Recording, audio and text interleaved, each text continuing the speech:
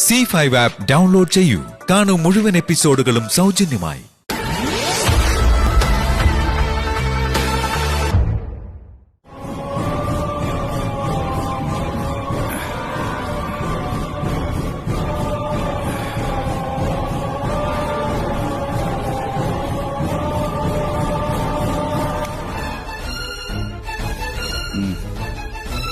പോട്ടെ. എടോ, എന്തിനാ വെറുതെ മനസ്സിൽ ആവശ്യമില്ലാത്ത കാര്യങ്ങൾ ചിന്തിച്ചു കിടക്കുന്നത്? പിന്നെ ഇങ്ങനെ ദുസ്വപ്നം കാണാതിരിക്കുക. കുടിക്ക.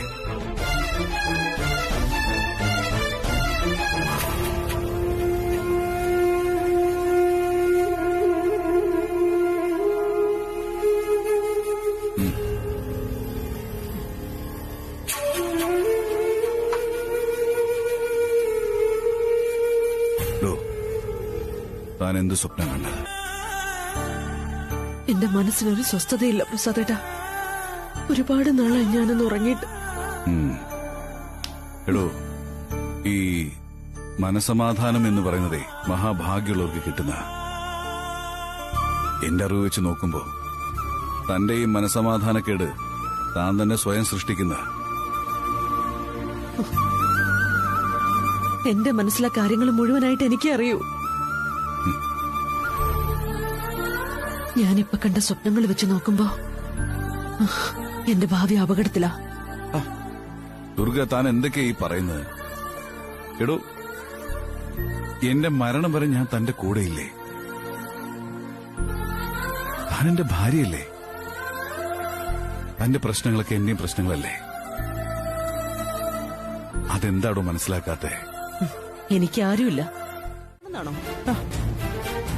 ദുർഗ? അപ്പൊ എന്നെ ഇത്രയും നാളും നിങ്ങളെല്ലാരും കണ്ടിരുന്ന ഒരു ഭ്രാന്തിയായിട്ടാണോ? പറ പ്രസാദേട്ടാ. ഞാൻ എന്റെ മകന് വേണ്ടി ചെയ്ത ശരികളൊക്കെ നിങ്ങളുടെ മുമ്പ് ഈ ഭ്രാന്തായിരുന്നു. അങ്ങനെയാണോ നിങ്ങൾ കണ്ടിരുന്നത്? താനങ്ങനെ കാട് കയറി ചിന്തിക്കുന്ന എന്തിനാ? ഞാൻ അങ്ങനെ ഒന്നും ഉദ്ദേശിച്ചിട്ടില്ല.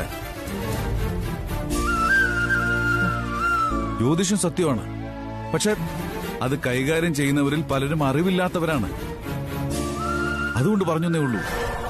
ജോത്സ്യനെ ഞാൻ കാണും, അതെന്റെ ആവശ്യം.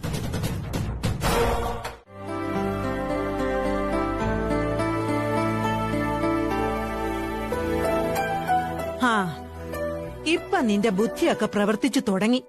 ഇപ്പൊ ആ പഴയ ദുർഗ തിരിച്ചു വന്നിരിക്കുക.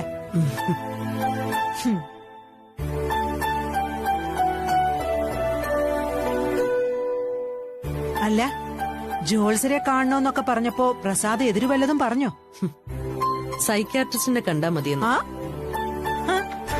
കണ്ടോ, നിനക്ക് വട്ടാണെന്നല്ലേ അവൻ പറഞ്ഞതിന്റെ അർത്ഥം. ഭാര്യയെ സ്നേഹിക്കുന്ന ഭർത്താവാണെങ്കിൽ ഇങ്ങനെയൊക്കെ പറയൂ. അവൻ അവന്റെ കൂടപ്പിറപ്പിനോടും അവളുടെ മകളോടും മാത്രമേ സ്നേഹമുള്ളൂ. നിന്നെ കല്യാണം കഴിച്ചു പോയതുകൊണ്ടും സമൂഹത്തിൽ മാന്യനാകാൻ വേണ്ടിയും ഇങ്ങനെ അങ്ങ് ജീവിക്കുക. അവിടെ ശാന്തേട്ടൻ മംഗളേന്ന് തികച്ചു വിളിക്കില്ല. ഒരിക്കൽ സ്നേഹം കുറെ കൂടിയപ്പോ മങ്കൂസേ എന്നൊരു വിളി. ഞാനൊരു നോട്ടം അങ്ങ് നോക്കി, മൂപ്പര് ദഹിച്ചുപോയി. അപ്പച്ചി, ഇനി നമുക്കൊരു ജോത്സ്യരെ കണ്ടെത്തണം. ഒരു 100 തരികിട ജോത്സ്യന്മാരെ ഞാൻ നിനക്ക് തരാം. കാശ് കൊടുക്കാമെന്ന് പറഞ്ഞ എന്ത് നാശവും പ്രവചിക്കുന്ന കുറെ എണ്ണം. പഴയ കുമ്പളങ്ങ മന്ത്രവാദിയില്ലേ, അതുപോലത്തെ ചിലര്. പൂജാരിയും ജ്യോതിഷമായിട്ടൊരാളെ വിളിച്ചാ മതി. അറിവുള്ളവരെയൊന്നും വേണ്ടെന്നേ, അങ്ങനെ നടിക്കുന്നവരെയൊക്കെ മതി. നമ്മൾ പറയുന്നത് അനുസരിക്കുന്നവരായിരിക്കണം. അതെ, എല്ലാവരും ഇരിക്കെ അയാളെ കൊണ്ട് പ്രശ്നം വെപ്പിക്കണം. തുളസിയുടെ ജാതകം നോക്കി ഒന്നും തീർന്നിട്ടില്ലെന്ന് അയാളെ കൊണ്ട് പറയിപ്പിക്കണം. ദോഷങ്ങൾ മാറാതെ ആദിത്യനുമായി തുളസി ഒരുമിച്ച് ജീവിച്ച ആദിത്യനെ അപമൃത്യു ഒന്ന് പറയിപ്പിക്കണം. അയ്യോ, അങ്ങനെയൊന്നും വേണ്ട. എന്റെ ആദിക്ക് അങ്ങനെ ഒരു അപമൃത്യു വരുമെന്ന് പറയുന്നത് കേൾക്കുന്നത് പോലും എനിക്കിഷ്ടമല്ല. അവരൊരുമിച്ച് ജീവിച്ച എനിക്ക് അപമൃത്യു വരുമെന്ന് പറഞ്ഞാലോ? കൊള്ളാം. അത് കേൾക്കാനിരിക്കുകയാണ് ഇവിടെ എല്ലാവരും. ജോൽസിന്റെ ഭാഷയിലെ നാലാമറത്ത് താമസിക്കും ആദിത്യന്റെ മാതാവായ ദുർഗയ്ക്ക് അപമൃത്യു ഫലം എന്ന് കേട്ടാൽ അവിടെ ഉള്ളവരുടെ എല്ലാം മനസ്സിൽ പൂത്തിരി കത്തും. പിന്നെ ആദിത്യനും തുളസിയും ഒരുമിച്ച് താമസിക്കാനുള്ള രഹസ്യ പദ്ധതി അവര് തയ്യാറാക്കുകയും ചെയ്യും. അപ്പൊ പിന്നെ എന്ത് ചെയ്യോ അപ്പച്ചി? ജോത്സരൊരു നുണ പറഞ്ഞു എന്ന് വെച്ച് അങ്ങനൊന്നും സംഭവിക്കില്ല. അതുകൊണ്ട് തുളസി ദാമ്പത്യ ജീവിതം നയിച്ചാൽ ആദിത്യന് അപകട മരണമെന്ന് ജോത്സരെ കൊണ്ട് തട്ടിവിട്ടാ മതി. വേറെ ആര് മരിച്ചാലും തുളസിക്ക്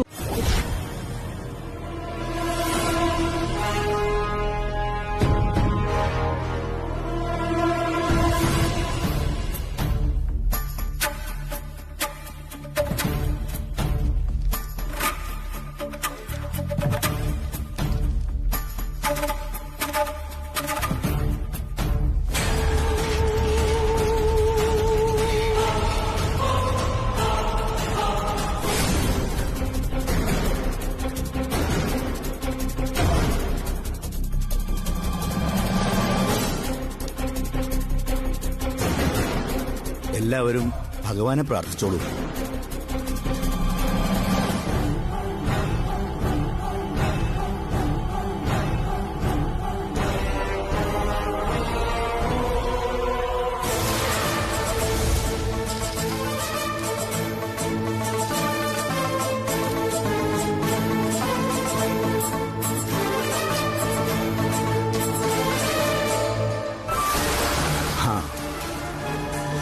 തുലാക്കൂറിലാ ആദിയുടെ ജനനം. തുളസി ചിങ്ങക്കൂറിലും. അത് തന്നെ തെറ്റല്ലേ? കേക്ക് സാറേ, ഒരു സെക്കൻഡ് കൊണ്ട് നക്ഷത്ര ഫലങ്ങൾ മാറി മറിയും.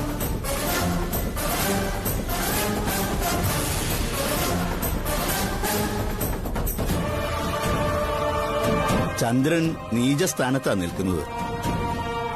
വ്യാഴത്തിലേക്ക് ചൊവ്വയുടെ അപഹാരം. ബുധൻ മൂടപ്പെട്ട് കിടക്കുക. ശനി ഉച്ചസ്ഥായിലും.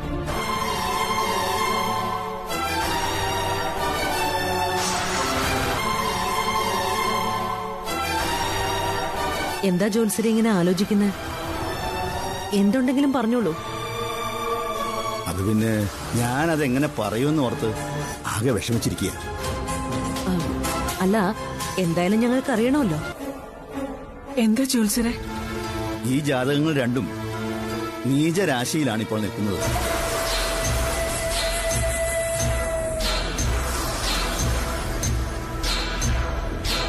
ഒറ്റയ്ക്കൊറ്റയ്ക്ക് ജാതകങ്ങൾ കണ്ടപ്പോൾ കുഴപ്പമില്ല. പക്ഷേ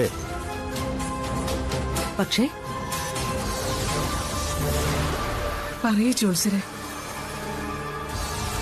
ഈ ഭാര്യ ഭർത്താക്കന്മാർ ഒരുമിച്ച് ഒരു മുറിയിൽ ജീവിക്കാൻ ഇനിയും സമയമായിട്ടില്ല.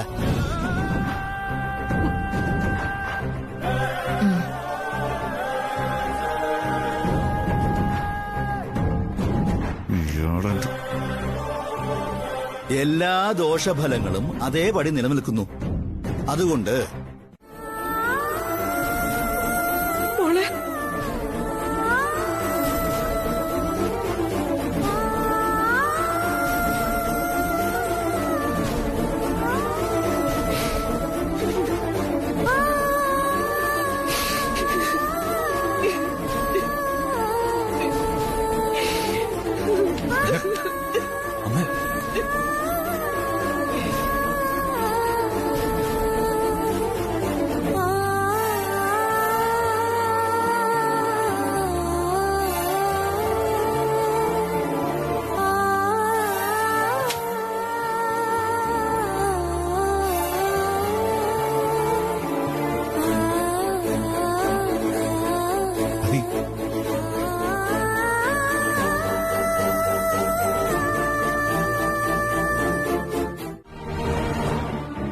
നീ എന്തായിരുന്നു മിണ്ടായിരിക്കുന്നത്?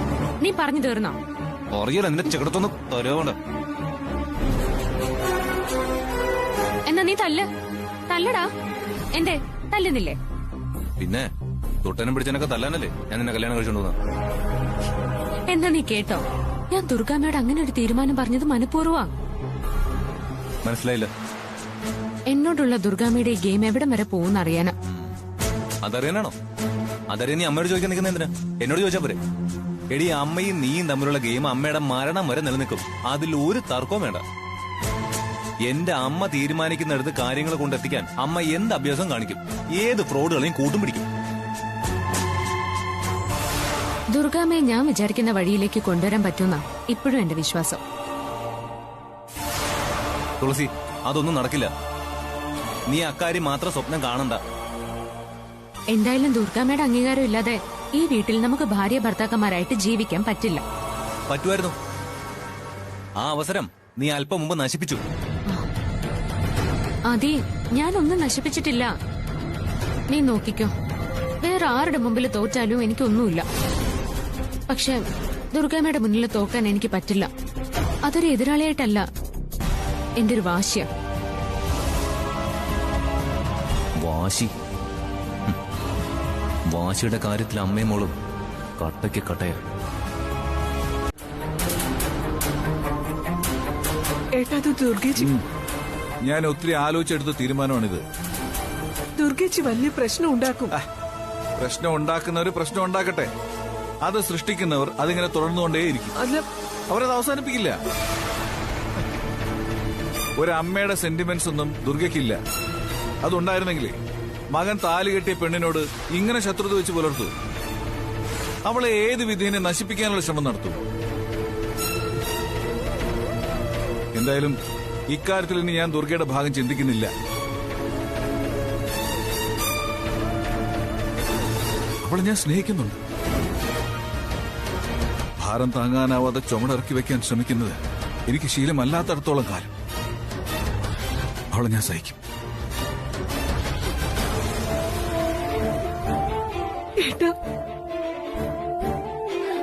പെണ്ണേ,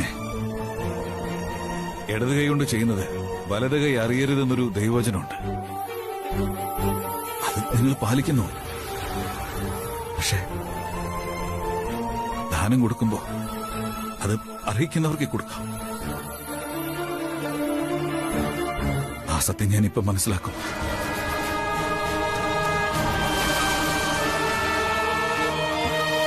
അതൊക്കെ അവിടെ നിൽക്കട്ടെ.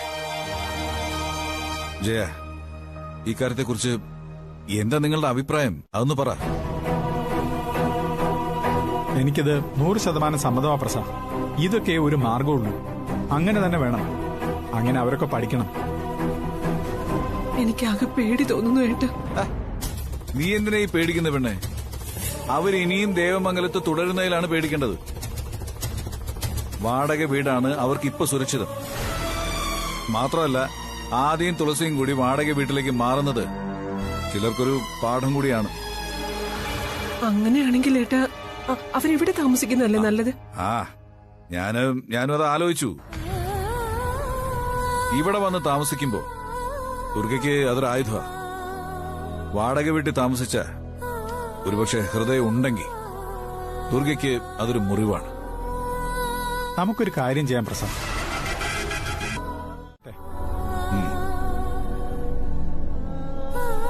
എന്നാ പിന്നെ ഞാൻ അതിനു വേണ്ട കാര്യങ്ങളിലേക്ക് കടക്കുകയാണ്.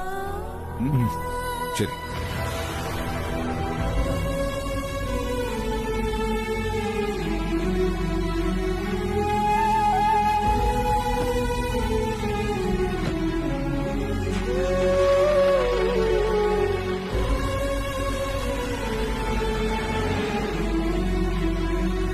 പ്രിയേ,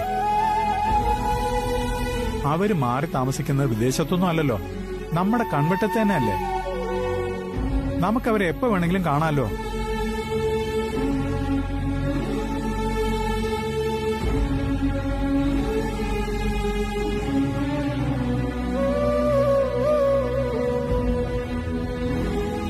ആദിമോനും തുളസിയും കൂടി വാടക വീട്ടിലേക്ക് മാറിയ ദുർഗേച്ചി എന്തൊക്കെയാ കാട്ടിക്കൂട്ടുക.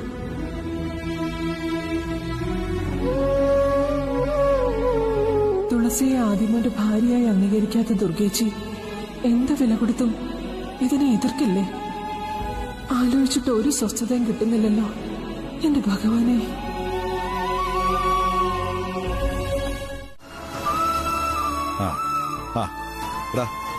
അതെ, നിങ്ങൾ ചെന്ന ആ വീട് ചെന്നൊന്ന് കാണും. വീട് നമ്മുടെ PS കവലയില്ലേ? ഓക്കെ, അവിടെ ചെന്നാൽ മതി. ബ്രോക്കർ അവിടെ കാണും. അയാളുടെ നമ്പർ ഞാൻ വാട്സപ്പ് ചെയ്യാം. ആടാ മാമാ പ്ലീസ് മാമാ. ഇവള് നീ വെറുതെ എന്നെ ദേഷ്യം പിടിപ്പിക്കരുത് കേട്ടോ. വെറുതെ എന്തെങ്കിലുമൊക്കെ വായി തോന്നിയത് പറഞ്ഞോണ്ടിരിക്കുകയാണ്. അവനൊരു ജീവിതമല്ലേ വലുത്. ഇതൊക്കെ നിങ്ങളോട് നേരിട്ട് പറയാൻ വേണ്ടിയിട്ടാ ഓഫീസിൽ കയറാൻ ഞാൻ ഇങ്ങോട്ട് വന്നത്. എടാ മോളെ, ഇനി ഇവിടെ നിന്നാ നിങ്ങൾ നരകിക്കും. ഞാൻ പറയുന്നൊന്ന് കേക്ക്. കേക്ക്. നിങ്ങൾ രണ്ടും കൂടെ ചെന്നാ വീട് നോക്കി ഒരു ഫയൽ എടുക്കാൻ മറന്നെന്നാണ് ഞാൻ പറയാൻ പോകുന്നത്.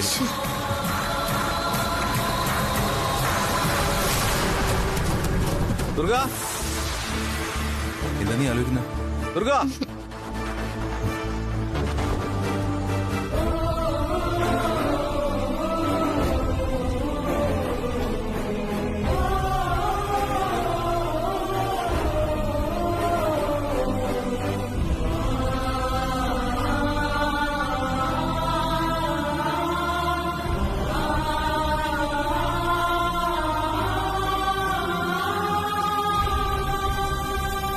തുളസി, എന്താടി?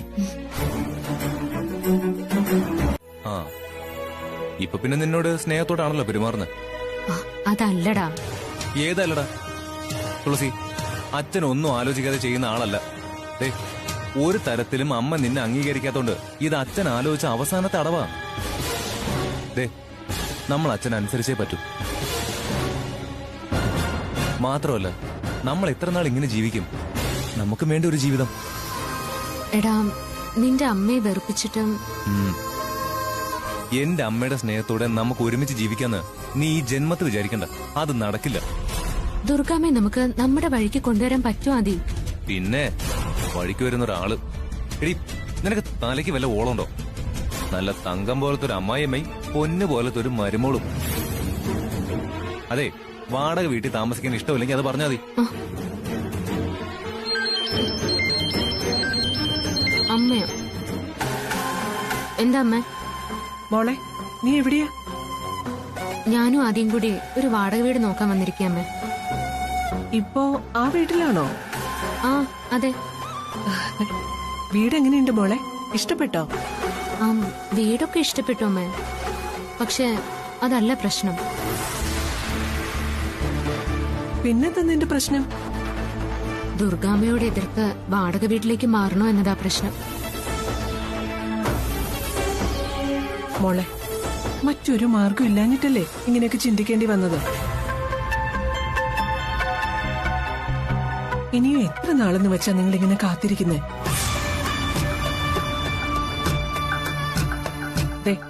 അതുകൊണ്ട് കൂടുതൽ ആലോചിക്കാനൊന്നും നിൽക്കണ്ട. വീട് ഇഷ്ടപ്പെട്ടെങ്കിൽ ബ്രോക്കറോട് പറഞ്ഞതങ്ങ് ഉറപ്പിക്കേ. ശരി അമ്മ.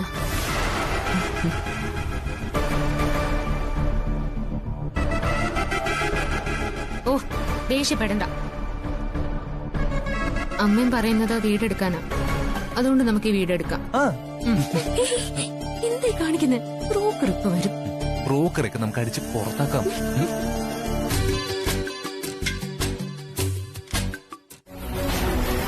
അല്ല, ഇതിനകത്ത് ഡീറ്റെയിൽസ് ഒന്നും ഇല്ലല്ലോ. പിന്നെ എങ്ങനെ സൈൻ ചെയ്യുന്ന? ഒരു മിനിറ്റ്, ഒന്ന് ഹോൾഡ് ചെയ്തേക്കണം, ഞാൻ തിരിച്ചു വരാം. ആദ്യം പറ, എന്തായി? ഇഷ്ടപ്പെട്ടോ? എന്നാ പിന്നെ വെച്ച് താമസിപ്പിക്കണ്ട. എല്ലാം ഞാൻ പറഞ്ഞ പോലെ. ആടാ, ഞാൻ വിളിക്കാം. ഞാൻ വേറൊരു കോളിലാ. ശരി. സോറി കേട്ടോ, ഞാൻ തിരിച്ചു വിളിക്കാം. ഓക്കെ.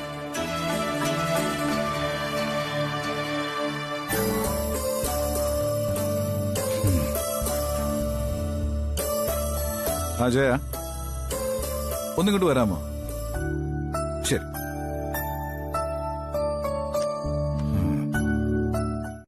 അതൊന്നും വേണ്ട, വാ ഇരിക്കേ.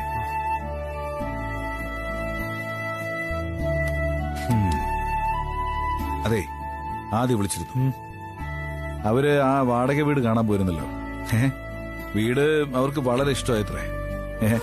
ഇഷ്ടപ്പെട്ടെങ്കിൽ എഗ്രിമെന്റ് എഴുതിക്കോളാൻ ഞാൻ അവരോട് പറഞ്ഞിരുന്നു. അല്ല, ജയനന്ദം മിണ്ടാതിരിക്കുന്നത്? ഞാനെന്ത് പറയാനാ? എന്റെ അഭിപ്രായം ഞാൻ പറഞ്ഞതല്ലേ. അവര് മാറി താമസിക്കട്ടെ പ്രസാദ്, അത് തന്നെ നല്ലത്. ആദ്യം കുറെ കോലാഹലങ്ങളൊക്കെ ഉണ്ടാക്കും ദുർഗേച്ചി, വീടൊരു നരകമാക്കും. എന്നാലും ഇതൊരു ഷോക്ക് ട്രീറ്റ്മെന്റ് തന്നെയാ. ഒരു പക്ഷേ ഒരു മാനസാന്തരം വന്നാൽ അതൊരു നല്ല കാര്യമല്ലേ? ഞാനും അങ്ങനെ തന്നെയാ ജയ ചിന്തിക്കുന്നത്. ഇത് രണ്ടും കൽപ്പിച്ച് ഞാൻ എടുക്കുന്ന ഒരു തീരുമാനം തന്നെയാ. ദുർഗയിൽ നിന്ന് മക്കളെ എന്നേക്കുമായിട്ട് അകറ്റാനോ മക്കളെ ദുർഗയുടെ ശത്രുവാക്കാനോ ഒന്നും അല്ലല്ലോ നമ്മളിത് ചെയ്യുന്നത്. എല്ലാ പരീക്ഷണങ്ങളും നടത്തി പരാജയപ്പെട്ടു. അപ്പോ ഇങ്ങനൊരു പരീക്ഷണം കൂടി നടത്തിയാലോ എന്ന് ആലോചിച്ചു. വിജയിക്കുവാവും. ഇതില് ഒരു വിജയം നമുക്ക് പ്രതീക്ഷിക്കാം പ്രസാദ്. ഒരു വീണ്ടും വിചാരം ദുർഗേച്ചിക്ക് ഉണ്ടായിക്കൂടുന്നില്ല. ഏതായാലും അതങ്ങ് ഉറപ്പിക്കുക. അവര് വാടക വീട്ടിലേക്ക് മാറുന്ന സമയം ഞാൻ അറിയിക്കാം. പ്രിയം കുട്ടി വന്നാൽ മതി. വാടക വീടായാലും പുതിയൊരു താമസം തുടങ്ങുന്നതല്ലേ, ഒരു ജോലിസിനെ കൊണ്ട് നല്ല സമയം കുറിപ്പിക്കാം. എന്റെ പൊന്നു ജയ, അതിന്റെയൊക്കെ ആവശ്യമുണ്ടോ? രാഹുകാലം നോക്കി അങ്ങ് കേറിയ പോരെ? പോരാ. വാടക വീടാണെങ്കിലും താമസം തുടങ്ങുമ്പോ പാല് കാച്ചണം. കാര്യങ്ങൾ അതിന്റെ മുറ പോലെ തന്നെ നടക്കട്ടെ. ജോലിസിനെ കാണുന്നതും സമയം കുറിക്കുന്നതൊക്കെ ഞാൻ തന്നെ ചെയ്തു. ആയിക്കോട്ടെ, പക്ഷെ വീട് മാറ്റം നീട്ടരുതേ. കഴിയുമെങ്കിൽ നാളെ തന്നെ. ശരി പ്രസാദ്. ശരി ശരി കേട്ടോ. നിലവിളിയും ഞെരക്കൊക്കെ കേട്ടാ ഞാൻ ദുർഗാന്റിയുടെ മുറിയിലേക്ക് ചെന്നത്. അപ്പൊ ദുർഗാന്റി നിലത്ത് വീണ് കിടക്കായിരുന്നു. ഭയങ്കര നെഞ്ചുവേദനയാണെന്ന് പറഞ്ഞു. സോലു ആന്റി ഓടി വന്നു. വേഗം ടാക്സി പിടിച്ച് ഇങ്ങോട്ട് കൊണ്ടുവരുമായിരുന്നു. ഡോക്ടർ എന്താ പറഞ്ഞു? വന്ന ഉടനെ ഐസിയുലേക്ക് കയറ്റി. ഇപ്പൊ അവര് നോക്കുക. ഹാർട്ട്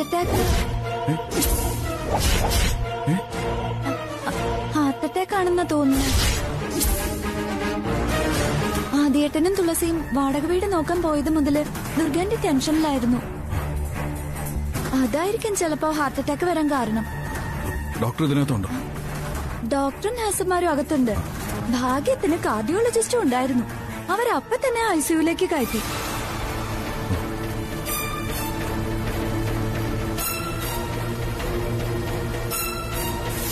കാറിൽ കയറ്റി കുറച്ചു കഴിഞ്ഞപ്പോ ദുർഗാന്റിയുടെ ബോധം പോയി. ഐസിയുലോട്ട് കയറ്റുമ്പോ അനക്കം ഇല്ലായിരുന്നു.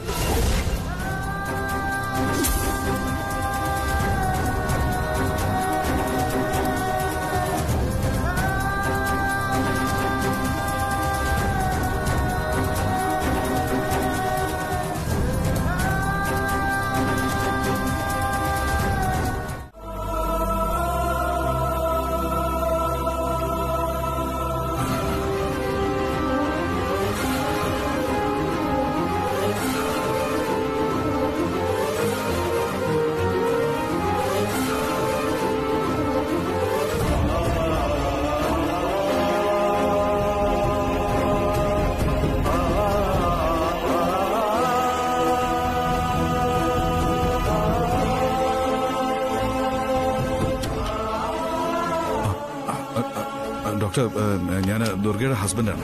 എനിക്കറിയാം സാറിനെ. ACP അല്ലേ? അതെ. ദുർഗയ്ക്ക് അത് പിന്നെ അത്ര സന്തോഷകരമായ ഒരു മറുപടി പറയാൻ എനിക്കിപ്പോ കഴിയില്ല. ഒന്നും ഇപ്പൊ പറയാൻ പറ്റില്ല. ഞങ്ങൾ ആവതും ശ്രമിക്കുന്നുണ്ട്. അല്ല ഡോക്ടർ, ഞാനൊന്നൊരു കാര്യം ചെയ്യാം. എത്രയും പെട്ടെന്നൊരു സൂപ്പർ സ്പെഷ്യാലിറ്റി ഹോസ്പിറ്റലിലേക്ക് ദുർഗയെ മാറ്റാം. അതേതായാലും വേണ്ട. അത് കാര്യങ്ങൾ കൂടുതൽ ഗുരുതരമാക്കും. സഡൻ അറ്റാക്കായിരുന്നു. പെട്ടെന്ന് ഇവിടെ എത്തിച്ചത് എന്തായാലും നന്നായി. പെട്ടെന്നുണ്ടായ ഒരു ഷോക്കിൽ നിന്നാണ് ഇങ്ങനെ ഒരു അറ്റാക്ക് ഉണ്ടായത്. എന്താ, അങ്ങനെ വല്ലതും ഉണ്ടായോ വീട്ടിൽ? ചെറിയ ചില ഫാമിലി ഇഷ്യൂസ്. ചെറിയ കാര്യമാണെങ്കിൽ പോലും ദുർഗയുടെ മനസ്സത് താങ്ങില്ല. ഇപ്പൊ മനസ്സിലായില്ലേ? ദുർഗയുടെ കാര്യത്തിൽ അതൊക്കെ ഇനി ശ്രദ്ധിക്കേണ്ടി വരും. ഡോക്ടർ, എനിക്ക് ദുർഗയൊന്ന് കാണാൻ പറ്റും? ഇപ്പൊ വേണ്ട, കാണാറാവുമ്പോ ഞാൻ പറയാം.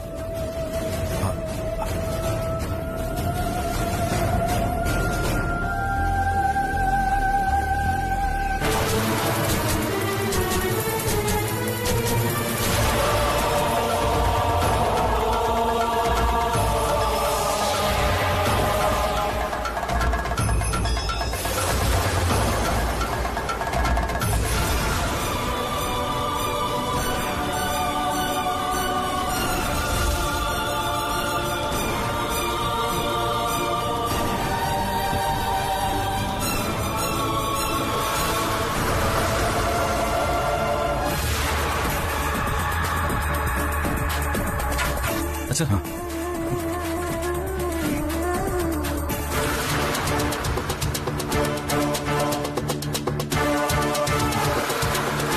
അച്ഛാ എന്താ അച്ഛാ അമ്മയ്ക്ക്? അറ്റാക്ക് ആണെന്ന് ഡോക്ടർ പറയാം.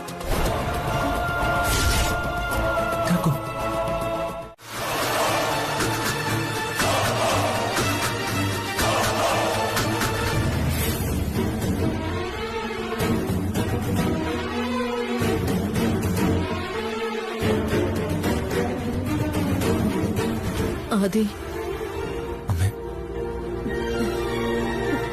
നീ വാടക വീട്ടിലേക്ക് മാറുവോ?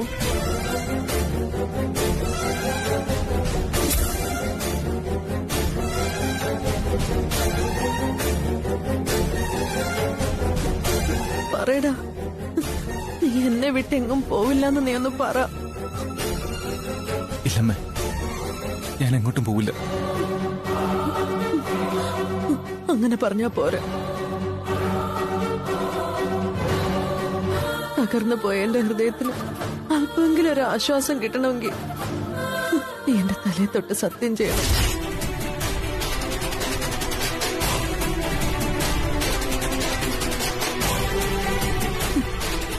സത്യം ചെയ്യ, എന്റെ തലയെ കൈവച്ച് സത്യം ചെയ്യടാ.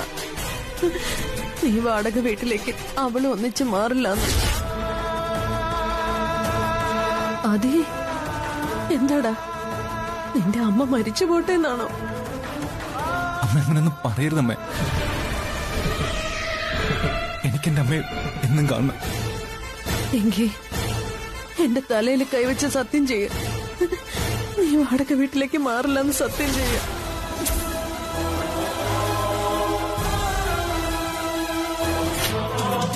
സത്യം ചെയ്യ.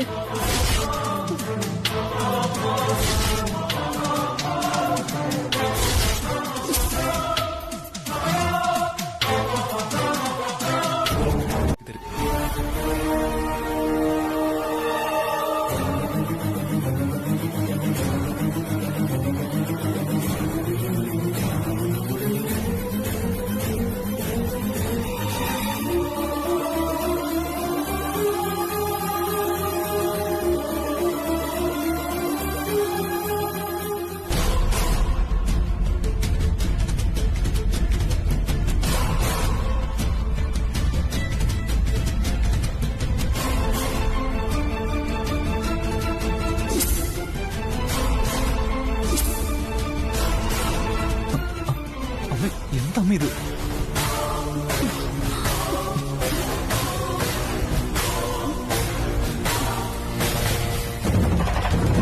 നിങ്ങൾ രണ്ടുപേരും ഒരുമിച്ച് ജീവിക്കണം,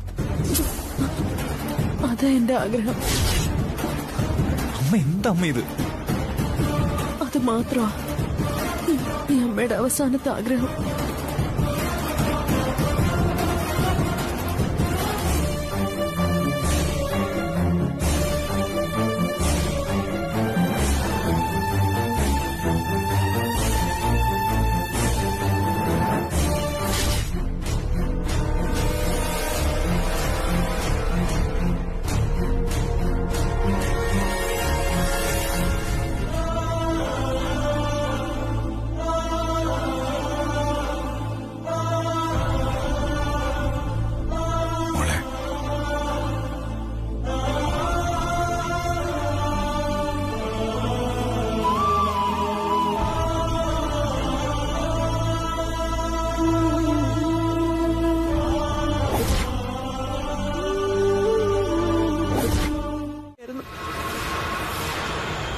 ആതിരയും സുലുവും കൂടി ഓടി വന്നു. ആതിരയായി ഇപ്പൊ എന്റെ ജീവൻ രക്ഷിച്ചത്. അതൊക്കെ പോട്ടെ, എല്ലാം കഴിഞ്ഞല്ലോ. ദൈവം കാത്തു രക്ഷിച്ചു എന്ന് കരുതിയാൽ മതി.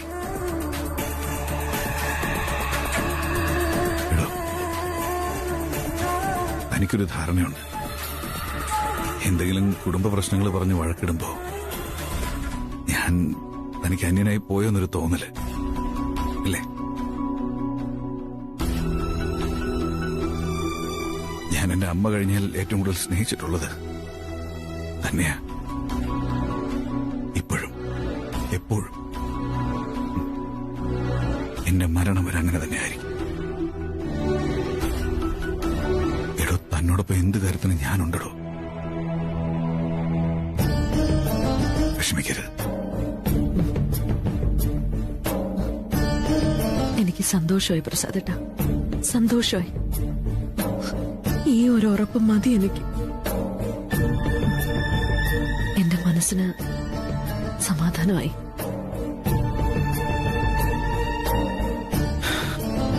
എനിക്ക് തന്നോടുള്ള ഈ സ്നേഹത്തെ പറ്റി എപ്പോഴും ഇങ്ങനെ എല്ലാവരോടും വിളിച്ചു പറയുന്നൊരു സ്വഭാവമൊന്നും എനിക്കില്ല എന്നുള്ളത് തനിക്കറിയാലോ. എന്തായാലും ഒന്നെനിക്ക് തീർച്ചയായും തനിക്ക് എന്തെങ്കിലും പറ്റിയാ പിന്നെ എന്റെ ജീവിതം ശൂന്യാണോ? പ്രസാദേട്ടാ, ഇങ്ങനെ വിഷമിക്കാതെ. ദൈവം ഉടനെ ഒന്നും എന്നെ തിരിച്ചു വിളിക്കില്ല.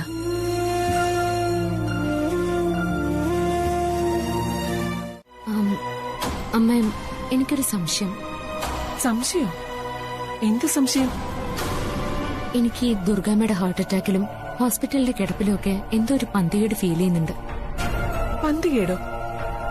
എന്ത് പന്തികേട്? മോൾ എന്താ ഉദ്ദേശിക്കുന്നത്? ഇതെല്ലാം ദുർഗാമ്മ കളിക്കുന്ന ഒരു നാടകമാണോ എന്ന കാര്യത്തിൽ ചെറുതല്ല, വലിയൊരു സംശയം തന്നെ ഉണ്ട്. എന്ന് വെച്ചാ? എനിക്ക് പറഞ്ഞാലും മനസ്സിലാവില്ലേ അമ്മ, ദുർഗാമ്മയുടെ ഹാർട്ട് അറ്റാക്ക് തട്ടിപ്പാണെന്ന്. എന്താ മോളെ ഇതൊക്കെ? നിനക്ക് ദുർഗേച്ചിയോട് വൈരാഗ്യം ഉണ്ടെന്ന് കരുതി എന്തോ അങ്ങ് പറഞ്ഞു കളയരുത്. വെറുതെ രോഗമാണെന്ന് പറഞ്ഞ് ആരെങ്കിലും ഹോസ്പിറ്റലിൽ വന്ന് കിടക്കുവോ? അതും ഹാർട്ട് അറ്റാക്ക്. രോഗമൊന്നും ഇല്ലെങ്കിൽ പിന്നെ ഡോക്ടർമാര് മരുന്ന് കൊടുക്കോ? വെറുതെ ഓരോരോ തോന്നലുകളാ നിനക്ക്. അമ്മ, അതൊന്നും അല്ല. എന്റെ സംശയം സത്യമാവാനാ സാധ്യത. ഞാനും ആദ്യം കൂടി വാടക വീട് നോക്കാൻ പോകുന്നു. ആ സമയത്ത് തന്നെ ഒരു അറ്റാക്കും. വീട്ടിലാണെങ്കിൽ മാമനില്ല, അസൂലും ആന്റിയും ആതിരയും മാത്രം. ഇത് അവരെല്ലാരും കൂടി പ്ലാൻ ചെയ്ത ഒരു തന്ത്രം തന്നെയാ. എന്തിന്? ആദ്യം എന്നെയും കൂട്ടി വാടക വീട്ടിലേക്ക് താമസം മാറരുത്, അത് തന്നെയാ. അതിനും ഹാർട്ട് അറ്റാക്ക് അല്ലെങ്കിൽ ഡോക്ടർ ഐസിയുയിൽ അഡ്മിറ്റ് ചെയ്യോ, ചികിത്സിക്കോ? എന്റെ അമ്മ, എല്ലാ സ്ഥലത്തും ഉള്ളതുപോലെ തന്നെ ഈ ഹോസ്പിറ്റലിലും കാശ് കൊടുത്ത് എന്തും ചെയ്യാൻ മടിക്കാത്ത ചില ഡോക്ടർമാരുണ്ടാവും. അതുപോലെ പണത്തിന് അത്യാർത്ഥമുള്ള ഒരാളാണ് ദുർഗാമ്മയെ നോക്കുന്ന കാർഡിയോളജിസ്റ്റ് എങ്കിലോ? ഇതൊന്നും ശരിയല്ല. ഇതൊക്കെ നീ വെറുതെ ചിന്തിച്ചു കൂട്ടുന്നതാ. പ്രസാദേട്ടൻ പോലീസ് ഓഫീസറാ. എന്തെങ്കിലും കള്ളത്തരം കാണിച്ച അകത്തു പോകുന്ന ഏത് ഡോക്ടർക്കും കൃത്യമായിട്ട് അറിയാം. CBIയും ഇന്റർപോളിനെയും വരെ പറ്റിക്കുന്ന ഡോക്ടർമാരുണ്ട്. എല്ലാവരും ഒന്നുമല്ല, ചിലര്.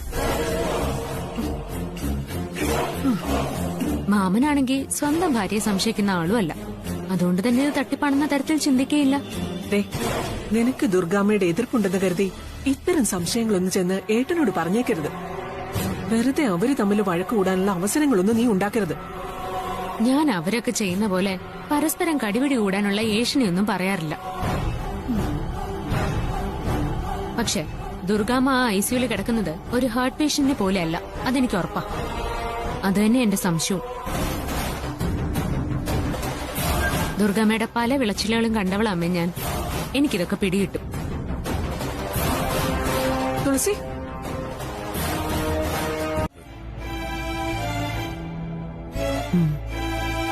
ഡോക്ടർ, ആഹാര രീതിയൊക്കെ എങ്ങനെയാ? കൊഴുപ്പ് കുറഞ്ഞ ഏത് ആഹാരവും കഴിക്കാം. ഷുഗർ ഒന്നും ഇല്ലാത്ത സ്ഥിതിക്ക് ഫ്രൂട്ട്സ് ധാരാളം ആയിക്കോട്ടെ. എന്താ? Okay doctor. ഇതിനി പ്രത്യേകിച്ച് ട്രീറ്റ്മെന്റ് ഒന്നും ഇല്ല. സമാധാനം, അതാണ് ഇതിന്റെ മെഡിസിൻ. മനസ്സിലായോ? മനസ്സിലായി ഡോക്ടർ.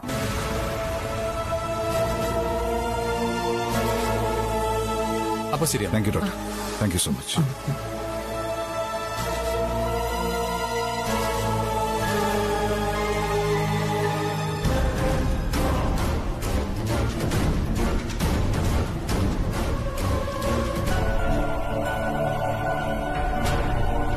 എടോ, ഡോക്ടർ പറഞ്ഞു കേട്ടല്ലോ, റെസ്റ്റ്, അതാണ് വേണ്ടത്. ദുർഗേച്ചി മരുന്നും ഭക്ഷണമൊക്കെ കഴിച്ച് ഒരിടത്ത് ഇരുന്നാ മതി.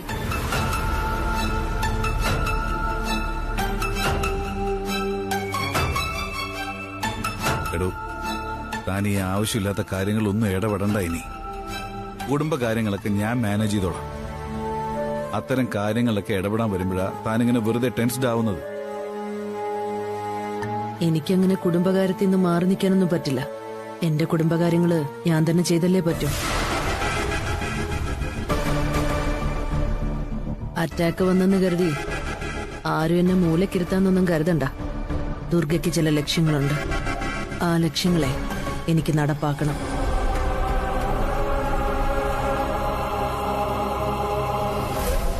എന്റെ ആഗ്രഹങ്ങൾ നടപ്പാക്കുന്നതിന് എല്ലാവരും എന്നോട് സഹകരിച്ചാ കൊള്ളാം. അല്ലെങ്കിൽ അടുത്ത അറ്റാക്കിന് എന്റെ ശല്യം അങ്ങ് അവസാനിക്കും.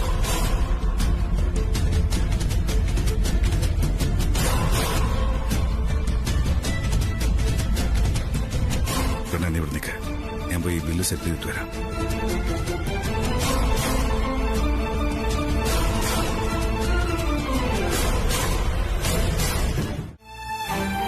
അനാവശ്യ വിഷയങ്ങൾ ഒഴിവാക്കേണ്ടത് അവരാ, നിങ്ങളല്ല. അത് പ്രസാദ് സാറിന്റെ മുഖത്ത് നോക്കി ചേച്ചിക്ക് ചോദിച്ചൂടായിരുന്നോ? വന്നു കയറിയപ്പോ തന്നെ ഒരു വഴക്ക് വേണ്ടാന്ന് ഞാൻ വിചാരിച്ചതാ. ആ എന്തിരവളെ വിടുന്ന് ഇറക്കി വിട്ടാ ചേച്ചിക്ക് സ്വസ്ഥത കിട്ടുമെന്ന് പറയാൻ എന്റെ നാക്കൊന്ന് വളഞ്ഞതാ. പിന്നെ എന്റെ നാക്കിനെ ഞാൻ കൺട്രോൾ ചെയ്തത്. എന്തൊക്കെ പറഞ്ഞാലും പ്രസാദ് സാറിന്റെ ചേച്ചിക്ക് ജീവനാണെന്ന് എനിക്കറിയാം. ഞാനും പ്രസാദേട്ടനും തമ്മിലുള്ള വഴക്ക് തുളസിയുടെ കാര്യത്തിൽ മാത്രമേ ഉള്ളൂ. അത് പ്രസാദേട്ടനും അറിയാം.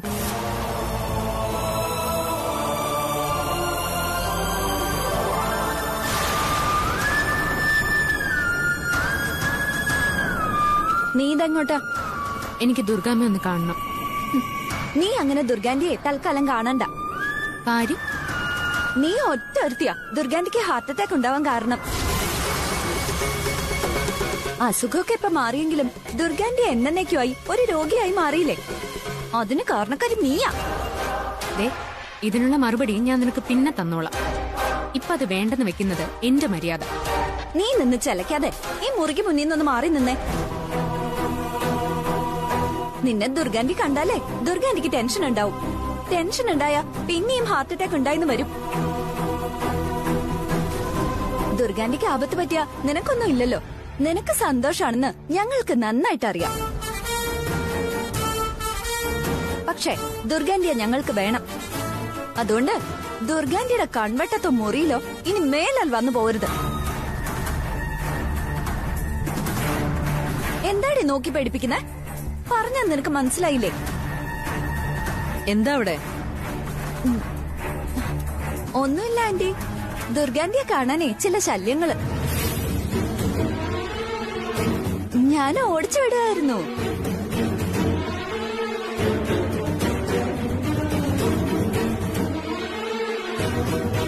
എന്താടി നിക്കുന്നേ? ഒന്ന് പോ. ഞാനിതെന്റെ മനസ്സിൽ കുറിച്ചു വെച്ചിട്ടുണ്ട്. ഇതിനുള്ള സമ്മാനം വൈകാതെ തന്നോളാം. മനസ്സിലായോടി?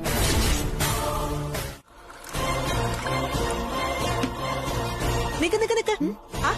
ഇത് എന്തിന്റെ ഗുളികയാ? ഇത് ഡോക്ടർ തന്നെ എന്നാ ദുർഗാന്റി പറഞ്ഞേ. അതെ, അസുഖമൊന്നുമില്ലാത്ത ഈ ഗുളിക എന്തിനാ?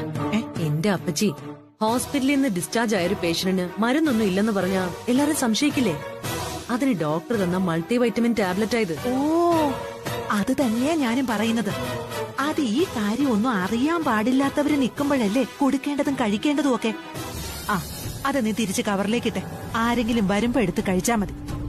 അതെ, ഒരു കള്ളത്തരം കാണിച്ചാ അതിനൊരു കണ്ടിന്യൂറ്റി ഉണ്ടാവണം. പരമാവധി ആർക്കും ഒരു സംശയം വരാത്ത രീതിയിൽ പിടിച്ചു നിൽക്കുകയും വേണം. അത് മറ്റുള്ളവരെ വിശ്വസിപ്പിക്കുകയും വേണം. കേട്ടല്ലോ? ഞാൻ നീ എന്താ നോക്കി നിൽക്കുന്നേ? ആ ഗുളിക അങ്ങട്, ആ വെള്ളം എടുക്ക. ആ കൊടുക്ക. ആ എടുക്ക പെട്ടെന്ന്.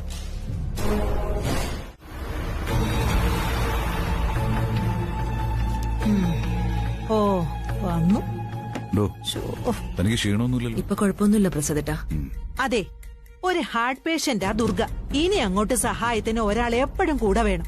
മരുന്ന് എടുത്തു കൊടുക്കാനും ആഹാരം കൊടുക്കാനും ഒക്കെയായി. അതിന് ഹൃദയ സംബന്ധമായിട്ടുള്ള ഒരു അസുഖം ഉണ്ടായെന്ന് വെച്ചിട്ട് ഇങ്ങനെ 24 മണിക്കൂറും കട്ടിലിൽ കയറി കിടക്കാനല്ല ഡോക്ടർ നിർദ്ദേശിച്ചിട്ടുള്ളത്. ഇവിടെ എക്സസൈസ് വരെ ആവാം. അയ്യോ, ഞാൻ പറഞ്ഞത് അതല്ല. പിന്നെ ഇതുപോലെ ദുർഗയെ നോക്കുകയും സംരക്ഷിക്കുകയും പരിപാലിക്കുകയും ഒക്കെ ചെയ്യുന്ന ഒരാള് ദുർഗയുടെ മരുമകളായിട്ട് വരണം. ആദിത്യന്റെ ഭാര്യയായി നിന്ന് അവള് വേണം ഇതൊക്കെ ചെയ്യാൻ. അതിനിപ്പോ ഇവിടെ പ്രശ്നമൊന്നുമില്ലല്ലോ. ദുർഗ അനുകൂലമായിട്ടൊരു നോട്ടം നോക്കിയ പോരെ. ഇതെല്ലാം വളരെ വൃത്തിയായിട്ട് തുളസിമോള് കൈകാര്യം ചെയ്യില്ലേ? ഞാൻ മരിച്ചാലും അത് മാത്രം ഡൗൺലോഡ് ചെയ്യൂ C5 ആപ്പ്. കാണൂ എല്ലാ എപ്പിസോഡുകളും സൗജന്യമായി.